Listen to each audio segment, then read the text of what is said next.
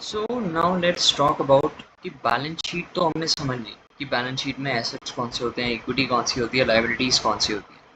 लेकिन एसेट्स के अंदर जो सब पार्ट्स होते हैं जिसके बेसिस पे हम एनालिसिस करते हैं, उसका क्या रोल होता है, इसमें हर एक आइटम का क्या क्या रोल होता है, ये हम आज बात करेंगे। हम सारे आइटम्स नहीं उठाते बैलेंस शीट में से जब हम एनालिसिस करते हैं।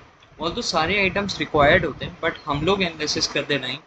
जैसे हमें रेशियो एनालिसिस करना है या फिर कंपैरेटिव एनालिसिस करना है या फिर कॉमन साइज स्टेटमेंट एनालिसिस करना है, तो उसके लिए आपको ये सब चीज़ें रिक्वायर्ड नहीं होंगी। Okay, so if you talk about assets part, अभी हम सिर्फ अगर एसेट्स के पार्ट की बात करें तो एसेट्स के अंदर दो पार्ट आते थे, non current assets and current assets. Non current assets जिनका लाइफ साइकिल 1 ईयर से ज़्यादा है, ठीक है, 1 ईयर से ज़्यादा है जिनका लाइफ साइकिल, वो हैं नॉन करंट एसेट्स। जिनकी ऑनरशिप कंपनी के पास मोर देन 1 ईयर रहती है वो आते हैं नॉन करंट एसेट्स। जिसकी ऑनरशिप या फिर जिसके बेनिफिट्स या जिस पे आपके राइट्स हैं लेकिन वो आपको सिर्फ 1 साल तक ही बेनिफिट देंगे, वो होते हैं करंट एसेट्स। ठीक है, so if you talk about non current assets, तो नॉन करंट एसेट्स में आप बहुत सारे आइटम्स देखते हैं। अगर आप देखें तो इधर आपको दिख रहा होगा property plant and equipment. Property plant and equipment आपको मेन आइटम्स बता देता हूँ, ठीक है। So property plant and equipments होते हैं बेसिकली कंपनी जिस भी इन्वेस्टमेंट्स करती हैं हैवी प्लांट्स में, हैवी इक्विपमेंट्स में। देखो, बिजनेस की प्रोडक्शन के लिए या फिर बिजनेस की ग्रोथ के लिए प्रोडक्शन करना ज़रूरी है, राइट। और प्रोडक्शन के लिए आपको मशीनरी लेना ज़रूरी है या फिर आपको लैंड लेना ज़रूरी है या फिर आपको बड़े बड़े इक्विपमेंट्स लेना ज़रूरी है। तो ऐसे ही प्रॉपर्टी प्लांट इक्विपमेंट्स में कंपनीज इसलिए इन्वेस्ट करती हैं ताकि वो उसको प्रोडक्शन में हेल्प करे, उसको ओवरऑल ग्रोथ में हेल्प करे, राइट। तो ये होते हैं property plant and equipments. Basically बड़े बड़े प्लांट्स अगर आपने देखे हो कंपनी इसके होते हैं, बड़े बड़े प्लांट्स लगाती है अपने, जैसे कि अडानी ग्रुप ऑफ एनर्जी का एनर्जी प्लांट एक जगह लगेगा, तो वो प्रॉपर्टी प्लांट इक्विपमेंट्स में आता है क्योंकि वो कंपनी का एक एसेट बन चुका है, कंपनी उससे बेनिफिट लेगी, right. If you talk about capital work in progress, capital work in progress और कुछ नहीं, बस एक एसेट्स है, जो कंपनी के एसेट्स हैं, लॉन्ग टर्म एसेट्स हैं जो बिल्ड हो रहे हैं, अभी वो बिल्ड हो रहे हैं, अभी उसका काम चल रहा है, लेकिन जब तक वो काम चल रहा है तब तक कंपनी के वो एसेट्स हैं। जैसे ही वो कन्वर्ट हो जाएंगे किसी भी उस एसेट्स में, तो वो property plant equipments, right of use assets, इन सब में आ जाते हैं। हम सिर्फ मेन आइटम्स की बात करेंगे। फिर आते हैं गुडविल। गुडविल बेसिकली क्या होती है, कंपनी की reputation, right. In terms of monetary terms company की रेपुटेशन कितनी है वो भी आती है गुडविल के अंदर। Okay, so if you talk about trade receivable, so trade receivable is basically कि आपको कितनों से कितना पैसा लेना है। सिंपल सी चीज़ है, आप कभी कभी बिजनेस कर रहे हैं, आप जब भी बिजनेस कर रहे हैं तब आप सारा ट्रांजैक्शन कैश या यूपीआई से तो करेंगे नहीं, कुछ चीज़ें आपको उधार में भी देनी होती है कस्टमर्स को। जिन कस्टमर्स को आप उधार पे देते हैं सामान और उनसे थोड़े टाइम में आपको पैसा लेना है, तो वो आपका ट्रेड रिसीवेबल में आ जाता है। अब ट्रेड रिसीवेबल जर्नली जो ऐसा होता है कि वो आपके कुछ समय के लिए होते हैं, जैसे कि 3 महीने 6 महीने, तो इसको तो आना चाहिए करंट एसेट्स में, लेकिन हमने इसको नॉन करंट में इसलिए डाला हुआ है क्योंकि ये वो ट्रेड रिसीवेबल है जो 1 साल बाद पैसा देंगे। थोड़ा लंबे टाइम तक हमने उधार दे रखा है किसी को, ठीक है। जर्नली जो ट्रेड रिसीवेबल का नेचर होता है वो करंट होता है, मतलब 3 से 6 महीने का टाइम होता है जिसमें आप पैसा रिसीव करते हो, ऐसा एक्सपेक्टेड होता है बिजनेस के लिए। लेकिन कुछ ट्रेड रिसीवेबल्स ऐसे भी होते हैं जिनमें हमने ट्रांजैक्शन उधार में कर ली, अब उनसे पैसा हम थोड़े टाइम बाद लेंगे, बाद इन द सेंस 1 साल के बाद, क्योंकि वो नॉन करंट एसेट्स का पार्ट है, ठीक है। फिर आते हैं डेफर टैक्स एसेट्स। अब ये डेफर टैक्स एसेट्स क्या होते हैं? डेफर टैक्स एसेट्स बेसिकली आप ये समझ लीजिए, जिस भी फाइनेंशियल ईयर में आप टैक्स फाइल करते हैं, टैक्स भरते हैं, उस साल में कभी कभी कंपनी एक्स्ट्रा टैक्स भर देती है। फॉर एग्जाम्पल मेरा जो टैक्स का खर्चा था वो था 100 रुपये का, ठीक है, और कंपनी ने कहा कि मैं 120 भर देता हूँ। अब इस केस में इनकम टैक्स रिटर्न तो करेगा नहीं, +20, राइट। ये +20 जो सरप्लस है ये कंपनी इनकम टैक्स रिटर्न तो करेगा नहीं। तो नेक्स्ट ईयर में जब तक वो आपका एडजस्ट नहीं होता टैक्स में, तब तक ये आपका एसेट बन जाता है। क्यों? क्योंकि ये आपका पैसा है। अभी अगले साल का टैक्स नहीं आया, अभी अगले साल का फॉर एग्जांपल फिर से 100 रुपये टैक्स बनता है, तो अभी तक अगला साल नहीं आया, तो जब तक ये टैक्स का टाइम नहीं आता, अगला साल नहीं आता, तब तक जो आपने एक्स्ट्रा पैसा दिया हुआ है, ये आपका एक राइट है, इस पे आपका हक है। आपको मिलेगा नहीं आपको मिलेगा नहीं, लेकिन आपका ये राइट है, आपका ये हक का पैसा है, ठीक है, क्योंकि आपने एक्स्ट्रा पे कर रखा है। वापस नहीं मिलता, लेकिन आपका हक का पैसा है। ओके, सो डेफर्ड टैक्स एसेट्स भी हमें समझ आ गया।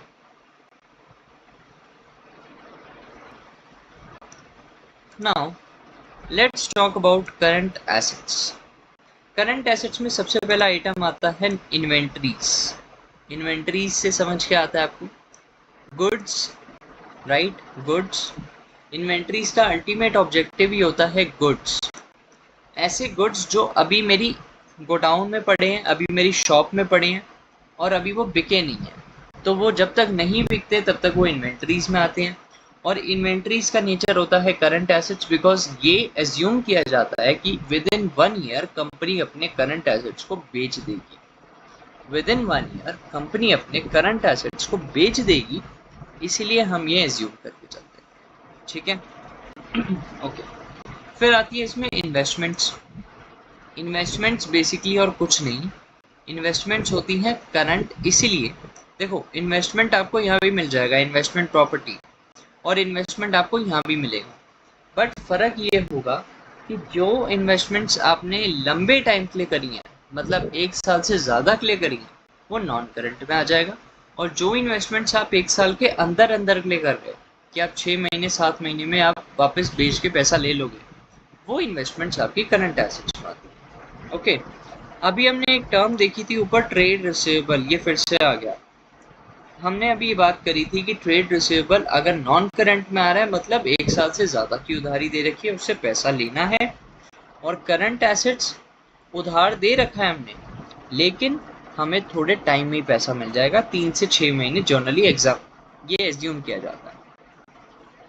कैश और बैंक बैलेंस, जैसे कि आपके पास जितना कैश है, आपके पास जितना बैलेंस है, ऐसे ही कंपनी के पास भी कुछ कैश में पड़ा होता है, कुछ बैलेंस में पड़ा होता है, बैंक में पड़ा होता है, तो उसको भी कंपनी अपने एसेट्स में इंक्लूड करती है। लेकिन इसको करंट एसेट्स में इसलिए डाला जाता है क्योंकि कैश और बैंक बैलेंस बिजनेस के ऑपरेशंस में यूज होता है, और ऑपरेशंस डे टू डे होते हैं, ठीक है।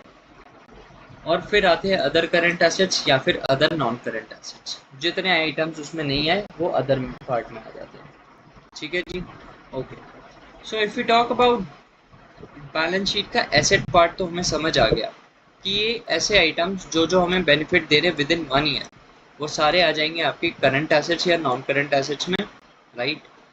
जो भी हमें बेनिफिट्स दे रहे हैं, ऐसे एसेट्स जो हमें बेनिफिट दे रहे हैं, वो सारे आ जाते हैं आपके एसेट्स में। अब वो या तो 1 साल से ज़्यादा के होंगे या फिर 1 साल से कम के, right. Now let's talk about equity and liabilities. Equity and liabilities में सबसे पहला आता है इक्विटी शेयर कैपिटल, फिर आते हैं अदर इक्विटी। आज हम इसके ब्रेकअप को भी देखेंगे, ठीक है। इक्विटी शेयर कैपिटल का मैंने आपको बताया था कि जब कंपनी शेयर्स इशू करती है और उससे जो पैसा उठाती है मार्केट से, वो सारा पैसा इसमें आता है, इक्विटी शेयर कैपिटल। क्योंकि कंपनी ने अपने शेयर्स को इशू करके पैसा फंड किया है अपने बिजनेस को, बाहर से लोन नहीं लिया है, अपने शेयर्स बेच के पैसा लिया है। Okay, if you talk about other equity, other equity का भी मैं आपको दिखा देता हूँ, नोट नंबर 21, तो मैं आपको थोड़ा सा दिखा देता हूँ। ये आ गया, इसको थोड़ा हम, ओके, ये देख रहे हैं आप, consolidated statement of change in equity. ये है वो अदर इक्विटी के सारे सब पार्ट्स जो जो कंपनी रिजर्व्स बनाती है। जितने भी रिजर्व्स कंपनी बनाती है उन सब का टोटल होता है अदर इक्विटी। ये आपको मिलेगा बैलेंस शीट, कैश फ्लो और पीएनएल स्टेटमेंट खत्म होने के जस्ट बाद, या फिर नोट नंबर पे भी आप जाके चेक कर सकते हैं, ठीक है। इक्विटी शेयर ये रहा, इक्विटी शेयर में आपको क्या दिखा रहा है, change in equity share capital 13, यहाँ पे अमाउंट आ जाएगा। बेसिकली कंपनी क्या बता रही है यहाँ पे कि इतना चेंज आया है, इतना चेंज आया है इन मिलियंस, राइट। तो यहाँ पे तो आपको समझ आ गया ना कि शेयर्स की बात हो रही है। यहाँ पे कंपनी ने शेयर्स मार्केट में जितना इशू किया और उतना पैसा उठाया, शेयर इशू करने के बाद जितना पैसा कंपनी के पास आया इंटरनल फंडिंग्स का, वो होता है equity share capital. Other equity की बात करें तो कैपिटल रिजर्व। कैपिटल रिजर्व कौन कौन से रिजर्व्स होते हैं, जैसे कि बिजनेस हमने लॉन्ग टर्म इन्वेस्टमेंट रिजर्व्स करता है, उसे हम कैपिटल रिजर्व्स में काउंट करते हैं, क्योंकि कैपिटल रिजर्व्स बेसिकली बिजनेस को फ्यूचर इन्वेस्टमेंट्स के लिए यूज होते हैं, लॉन्ग टर्म इन्वेस्टमेंट्स करने के लिए। मेन चीज़ें अगर मैं बताऊं तो जर्नल रिजर्व्स होते हैं बेसिकली आपके कंपनी हमने जर्नल एक्सपेंसेस के लिए करती है, कि कोई ऐसा जर्नल खर्चा आ गया या कोई ऐसी चीज़ आ गई जो कंपनी हैंडल नहीं कर पाएगी, तो उसके लिए वो रिजर्व बना के रखती है, ताकि एकदम से कोई खर्चा आ जाए तो उसको पहले से उस टाइम पे पैसा ना निकालना पड़े, अपना एक रिजर्व ऑलरेडी बना हुआ है। फिर आते हैं retained earnings. Retained earnings simple सी चीज़ बताऊँ, जब कंपनी प्रॉफिट बनाती है ना, जो कंपनी प्रॉफिट बनाती है उसको ये चीज़ करनी चाहिए। ये आइटम बहुत ही इंपॉर्टेंट होता है किसी भी इन्वेस्टमेंट डिसीजन के लिए, याद रखिएगा रिटेन्ड अर्निंग्स। इसका मतलब क्या होता है, देखो फॉर एग्जाम्पल आप महीने का 50,000 कमाते हो, तो हर किसी का एक ऑब्जेक्टिव रहता है कि मैं पैसा सेव करूं, राइट। पैसा सेव करके आप क्या करोगे, हो सकता है आपको कोई आने वाले टाइम में कुछ खरीदना हो सकता है आपको आने वाले टाइम में कुछ रीपे करना हो, या फिर हो सकता है आपको किसी में इन्वेस्टमेंट करना हो, राइट। इन्हीं चीज़ों के लिए आप पैसा सेव करते। ऐसे ही कंपनी जब प्रॉफिट कमाती है ना, तो वो अपना पैसा रिटेन्ड अर्निंग्स के तौर पे रखती है, मतलब अपने प्रॉफिट में से कुछ हिस्सा रिटेन्ड अर्निंग्स कर लेती है। रिटेन्ड अर्निंग का मतलब होता है कि कुछ हिस्सा अपने प्रॉफिट में से निकाल कर अलग कर देना, जिससे होता क्या है, जब फ्यूचर में इन्वेस्टमेंट अपॉर्चुनिटी कंपनी के पास आती है, जब कंपनी को एक शिफ्ट लेना होता है, शिफ्ट इन द सेंस कि कोई चीज़ डिसीजन लेना होता है और उसके लिए फंड्स चाहिए, तो वो मार्केट से ना उठा के अपने पैसे बचाए हुए से इन्वेस्ट कर सकती है। ऐसे ही कंपनी का रिटेन अर्निंग्स बहुत मैटर करता है। कम से कम ये माना जाता है कि कंपनी के पास 50% ऑफ टोटल अदर इक्विटी का होना चाहिए रिटेन्ड अर्निंग्स। मतलब अदर इक्विटी में अगर 100% पैसा पड़ा है ना, 100% मतलब 100% मतलब इतना टोटल 25,000 मिलियन, उसमें से 23,000 मिलियन है इसके पास, मतलब कि कंपनी के पास 50% एटलीस्ट रिटेन अर्निंग्स होना चाहिए, ताकि फ्यूचर में वो इन्वेस्टमेंट कर सके। दूसरा चीज़ ये क्या फ़ायदा देता है आपको, दूसरी चीज़ ये बताता है कि कंपनी के पास प्रॉफिट्स हैं, कंपनी प्रॉफिट्स कमा रही है। देखो जो कंपनी प्रॉफिट बनाएगी वही तो बचा पाएगी, जो कंपनी लॉसेस करेगी वो कैसे बचाएगी। इसलिए ये देखना बहुत ज़रूरी होता है कि रिटेन अर्निंग्स कंपनी कर रही है या नहीं कर रही है, क्योंकि बैलेंस शीट से ही आपको पता चल जाएगा कि क्या कंपनी प्रॉफिट्स बना रही है या नहीं बना रही है, राइट। अगर मान लो रिटेन अर्निंग्स नहीं होती तो प्रॉफिट्स नहीं बन रहे होते, सिंपल सी चीज़ है। प्रॉफिट्स नहीं बन रहे होते तो कंपनी ग्रो ही नहीं कर पाती, राइट। तो इसलिए अदर इक्विटी बहुत इंपॉर्टेंट रोल प्ले करता है। ऑल्दो ये सारे रिजर्व्स करते हैं, लेकिन जो मेन हम बात कर रहे हैं वो यही है, retained earnings, general reserves, capital reserves. बाकी सबको हम अदर इक्विटी में कन्वर्ट कर देते हैं, बाकी मैं आने वाले टाइम में आपको ये सारे भी ऑप्शंस समझा दूंगा, ठीक है। सो ये है 2025 का, ये है 2024 का, ठीक है। ये 2024 का था एक्चुअली, और ये 25 का, ठीक है। 25 का डेटा ये है यहाँ पे, okay. So now let's talk about balance sheet के और आइटम्स में हमने बात करी थी कि बैलेंस शीट के ये आइटम्स होते हैं, अदर इक्विटी की भी हमने बात करी। अब हम बात करेंगे non current liabilities. Liabilities part आ गया, इक्विटी खत्म हो गया, आपने दोनों चीज़ें देख ली। अब आते हैं लाइबिलिटीज़ पार्ट में। लाइबिलिटीज़ पार्ट में आपका सबसे पहला आता है non current liabilities. Again assets वाला रूल, मोर देन 1 ईयर है तो non current assets, with in 1 year है तो करंट एसेट्स। ऐसे ही मोर देन 1 ईयर की लाइबिलिटीज़ हैं, मोर देन 1 ईयर का आपके ऊपर बर्डन है, मोर देन 1 ईयर की आपकी बॉर्बिंग्स है, मोर देन 1 ईयर का आपने लोन ले रखा है, तो वो हो जाएगा आपका लॉन्ग टर्म लाइबिलिटीज़, मतलब नॉन करंट लाइबिलिटीज़। इसे हम लॉन्ग टर्म लाइबिलिटीज़ भी कहते हैं, नॉन करंट लाइबिलिटीज़ भी कहते हैं। ऐसी अगर हम बात करें करंट लाइबिलिटीज़ की, तो करंट लाइबिलिटीज़ क्या होती हैं, जो कि शॉर्ट टर्म की लायबिलिटीज होती है, जिसको कंपनी को छोटे टाइम में रीपे करना है। ये दोनों चीज़ों का एक नेचर होता है कि कंपनी को रीपे करना है, कंपनी के ऊपर कर्जा है, तो ये कर्जा पे करने के लिए कंपनी क्या करती है, थोड़े टाइम का टाइम लेती है, और वो टाइम होता है या तो 1 साल के अंदर या फिर 1 साल से ज़्यादा। 1 साल से अंदर है तो कंपनी क्या करेगी, करंट लायबिलिटीज़ में पे करेगी। अगर 1 साल से ज़्यादा है तो वो क्या होगा, नॉन करंट लायबिलिटीज़ होगा। So if we talk about non current liabilities में सबसे पहला पार्ट आता है बोरोविंग्स का। देखो, आपको मैं दोनों तरीके से कंपैरिजन करके बताता हूँ। आपको यहाँ भी बोरोविंग्स दिख रहा है, यहाँ भी बोरोविंग्स दिख रहा है। दोनों में फ़र्क क्या है, दोनों में फ़र्क इतना सा है कि नॉन करंट लायबिलिटीज़ में वो बोरोविंग्स होंगी 1 साल से ज़्यादा की, कि कंपनी ने लोन तो ले रखा है लेकिन कुछ सालों के लिए ले रखा है। ऐसी करंट लायबिलिटीज़ में आपको बोरोविंग तो दिख रही है, लेकिन करंट लायबिलिटीज़ की जो बोरोविंग्स हैं वो कुछ सालों, मतलब 1 साल के अंदर रीपे करनी है, मतलब 3 महीने, 6 महीने, 9 महीने, लेकिन मैक्स टू मैक्स वो 1 साल होता है। कुछ बिजनेस सेंस में हम थोड़ा सा बढ़ा के भी कर देते हैं, लेकिन करंट लायबिलिटीज़ का नेचर होता है 1 साल से अंदर, कि आपको 1 साल से अंदर रीपे करना है। ठीक है जी, ओके। अब यहाँ पे आप देख रहे होंगे एक और आइटम जो कॉमन है, डेफर्ड टैक्स लायबिलिटीज़।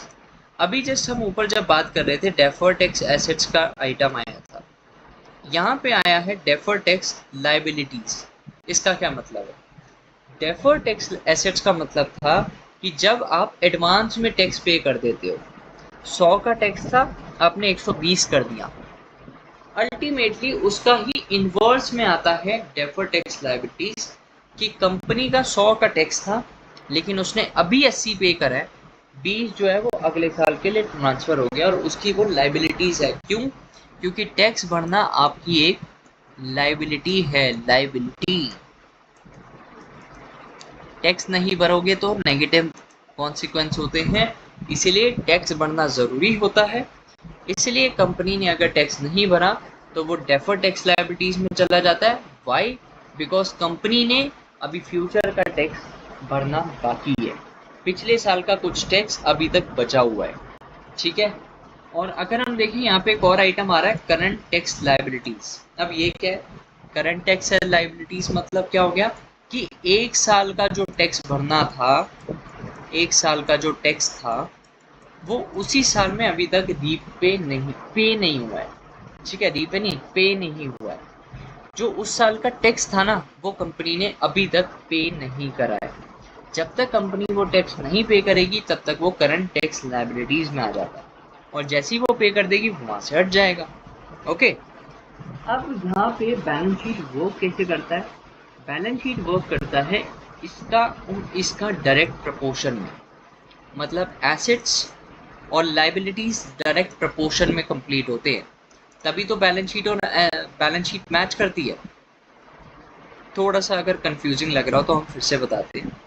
ठीक है, अब आपने सारे आइटम्स ऑलमोस्ट देख लिए, और जो नहीं हमने कवर करे वो आप एक बार मीनिंग चेक करोगे तो आपको धीरे धीरे समझ आ जाएगा। जो मेन आइटम्स थे वो सारे मैंने आपको बता दिए। ठीक है, ओके। सो अब हम बात करें एसेट्स और लाइबिलिटीज़ ये कैसे इक्वल होते हैं। इसका एक ऑब्जेक्टिव आता है, इसका एक क्वेश्चन आता है कि एसेट्स और लाइबिलिटीज़ इक्वल कैसे होते हैं। देखो, एक सिंपल सा लॉजिक लगाना और आप खुद ही समझ जाओगे कि कैसे कैसे हो रहा है। मैं 1 से 2 एग्जांपल दूंगा और आप समझ जाओगे। ठीक है, फॉर एग्जांपल हम बात करते हैं ट्रेड पेबल्स की।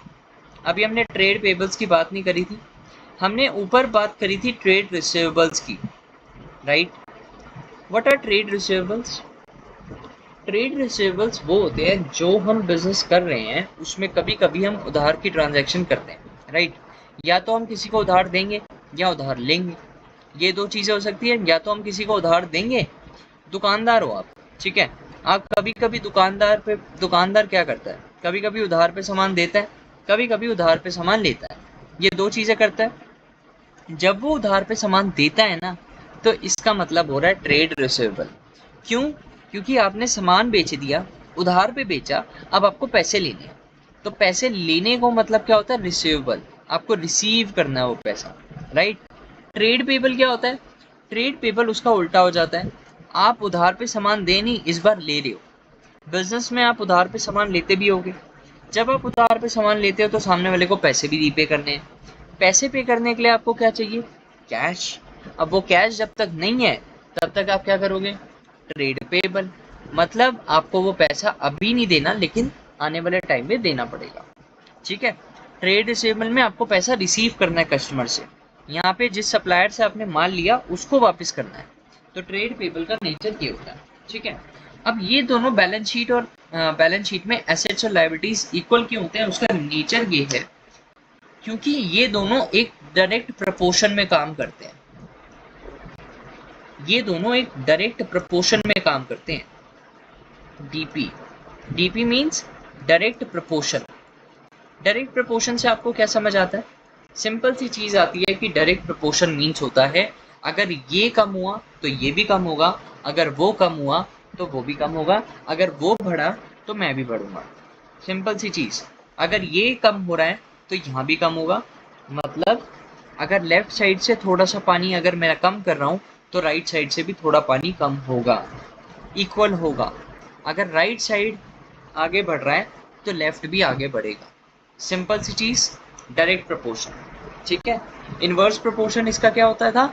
एक चीज बढ़ेगी तो एक चीज घटेगी, एक चीज बढ़ेगी तो एक चीज घटेगी, एक चीज घटेगी तो एक चीज बढ़ेगी। ऑब्वियसली डायरेक्ट प्रपोर्शन क्या है? एक चीज बढ़ रही है तो दूसरी चीज बढ़ेगी, एक चीज घटेगी तो दूसरी चीज घटेगी। ऐसे ही इनवर्स प्रपोर्शन में क्या होता है? एक चीज ऊपर जाएगी दूसरी नीचे, एक चीज नीचे जाएगी दूसरी ऊपर, ऐसे। ठीक है। तो डायरेक्ट प्रपोर्शन में हम क्या समझते हैं? देखो, ट्रेड पेबल में मुझे मान लेते हैं, एक एग्जांपल दे रहा हूँ, ये ऐसा होगा नहीं, थोड़ा कंपनी में और रूल्स एंड रेगुलेशंस और बहुत सारी टर्म्स होती हैं, बहुत सारी चीज़ें होती है मैनेजमेंट करने के लिए, लेकिन हम जस्ट एक एग्जांपल से समझ रहे हैं कि बैलेंस शीट और बैलेंस शीट में एसेट्स और लायबिलिटीज इक्वल क्यों होते हैं। देखो यहाँ पे आप देख रहे हो ट्रेड पेबल। ठीक है। मैं आपको एक एग्जांपल देता हूँ। 1,000 रुपये हैं। ठीक है। मेरे पास 1,000 रुपये के एसेट्स हैं और 1,000 की मेरी लायबिलिटीज भी हैं। इसमें करंट और नॉन करंट है, इसमें भी करंट और नॉन करंट है और इक्विटी भी है। ठीक है। मान लेते हैं ट्रेड पेबल में 100 रुपये की मेरे को ट्रेड पेबल वापस करना था। अभी हमने ट्रेड पेबल का नेचर क्या पढ़ा कि मुझे किसी सप्लायर को पैसे वापस करने हैं। तो 1,000 रुपये में से मैंने 100 रुपये माइनस कर दिया, बचा कितना? 900। ऑब्वियसली अब ये 100 रुपये मैंने यहाँ से माइनस तो कर दिया कि मेरे ट्रेड पेबल घट गए, लेकिन वो घटेंगे कैसे? जब मैं पैसा दूंगा तभी तो जाएंगे। तो मैं कहाँ जाऊंगा इस तक? कैश एंड कैश इक्विवेलेंट, या फिर बैंक एंड बैंक बैलेंस। या तो हम कैश के पास जाएंगे या फिर हम बैंक के पास जाएंगे कि मुझे पैसा रीपे करना है तो मुझे पैसा दो। अब जब मुझे पैसा रीपे करना है और मुझे पैसा चाहिए तो मैं यहीं से तो लूंगा। कितने का ट्रेड पेबल माइनस करना था? 100 रुपये का। तो यहाँ से भी तो मैं 100 रुपये ही तो लूंगा। और इस रीजन से बैलेंस शीट में दोनों आइटम्स इक्वल हो जाते हैं। कंफ्यूजिंग है? फिर से समझाता हूँ, थोड़ा फिर से समझते हैं। आज हम यही समझेंगे कि बैलेंस शीट और इक्विटी, लायबिलिटीज और एसेट्स इक्वल क्यों होते हैं। बैलेंस शीट इक्वल क्यों होती है ये हम समझेंगे। यहाँ पे है मेरे पास एसेट्स में 1,000 रुपये। ठीक है। और लायबिलिटीज में भी है मेरे पास 1,000 रुपये। ओके। एक कस्टमर को मैंने उधार दिया था, सॉरी एक सप्लायर को मैंने उधार लिया था। सप्लायर ने मुझे माल बेच दिया, 100 रुपये का माल था। ठीक है। 100 रुपये का प्रोडक्ट था और उससे मैंने उधार ले लिया। अब मैंने उसको कहा कि मैं 2 महीने बाद पैसा वापस कर दूंगा। तो जब मैं 2 महीने बाद पैसा वापस करूंगा तो मेरे 100 रुपये कहाँ से जाएंगे? ऑब्वियसली कैश से, है ना। बेशक ट्रेड पेबल में मैंने लायबिलिटी सेक्शन में डाला कि मुझे उधार ले रखा है मैंने, अभी मुझे रीपे करना है, लेकिन जाएंगे तो कैश से ना। जाएगा तो कैश ही, मैं कैश से ही तो पेमेंट करूंगा। कितने की पेमेंट करूंगा? 100 रुपीज़। 100 रुपीज़ की जब मैं पेमेंट कर दूंगा तो मेरे एसेट्स कितने हो जाएंगे? 900। लेकिन बैलेंस शीट का रूल क्या है? दोनों साइड इक्वल होनी चाहिए। ये तो सिर्फ 900 है और ये 1,000 है। जब मैं 100 रुपये के कैश दूंगा, जब मैं 100 रुपये का कैश पार्टी को दूंगा कि ये ले तेरी रीपेमेंट, तो मैं यहाँ से भी तो कम करूँगा, यहाँ से मैं अपनी उधारी भी तो कम करूँगा। क्यों करूँगा? क्योंकि 100 रुपए की लाइबिलिटी तो मेरी यहाँ चढ़ी थी, कैश मैंने पे करा लेकिन लाइबिलिटी तो मेरी यहाँ भी चढ़ी थी ना। 100 रुपए से मेरा कर्जा कम हो गया। आपके बैंक में 5 लाख रुपए थे, 2.5 लाख रुपए चले गए, आपने 2.5 लाख का किसी को लोन वापस कर दिया, तो आपके पास तो 2.5 लाख थे, वो भी चले गए। जब आप वहाँ पे उसके साथ कॉन्ट्रैक्ट साइन कर रहे थे कि ये तेरा 2.5 लाख का लोन है, इसको मैं ले रहा हूँ, लेकिन ये मैं तेरे को इतने टाइम में दे दूंगा, तो आप 2 चीज़ें करोगे, एक 2.5 लाख का लोन वापस करोगे, दूसरा उस कॉन्ट्रैक्ट को ख़त्म करोगे। तो वो कॉन्ट्रैक्ट को भी तो ख़त्म करना है, सिर्फ आप 2.5 लाख दे दोगे वो तो कहेगा अभी तक मुझे मिले नहीं, वो कॉन्ट्रैक्ट भी तो ख़त्म करना पड़ेगा ना आपको। ऐसे ही बैलेंस शीट में दोनों आइटम्स मैच इसलिए होते हैं बिकॉज यहाँ पे आपने कैश तो दे दिया 100 रुपये का, मैं यहाँ से अपना कर्जा भी तो कम करूँगा, तो इसीलिए हम इन दोनों को डायरेक्ट प्रपोर्शन में काम करके चलते हैं, और उस वजह से बैलेंस शीट में दोनों साइड इक्वल जाती हैं। ठीक है, आप फिर से समझिएगा इसको। हमने यहाँ से कैश निकाला और वहाँ से मैंने अपना कर्जा माफ़ करा कि मेरा 100 रुपये का कर्जा था, मैंने 100 रुपये पे कर दिए, तो यहाँ से मेरी 100 रुपये की उधारी ख़त्म। अब वो कर्जा ख़त्म, कैश ख़त्म, कर्जा ख़त्म, ऑब्वियसली। तो इसलिए हमारा क्या होगा, बैलेंस शीट दोनों साइड इक्वल मानी जाएगी, राइट। 900 यहाँ भी आ गया, 900 यहाँ भी आ गया, है ना। ऐसे ही बैलेंस शीट काम करती है, ये इक्वल की होती है, ये आपने समझ लिया, इसकी सारी टर्म समझ ली। कल हम बात करेंगे इसके रेशो एनालिसिस की, कि कैसे कैसे हम रेशोज निकालते हैं, इसमें से बहुत ही 4-5 रेशोज निकलती हैं। वैसे तो बहुत सारी रेशोज निकाल सकते हो, लेकिन जो मेनली हमें यूज़ होती है इन्वेस्टमेंट एनालिसिस में वो 4-5 ही होती है। फिर हम बात करेंगे कंपैरेटिव बैलेंस शीट एनालिसिस, फिर हम common size balance sheet analysis करेंगे, देन पीएल स्टेटमेंट पे जाएंगे। Thank you so much.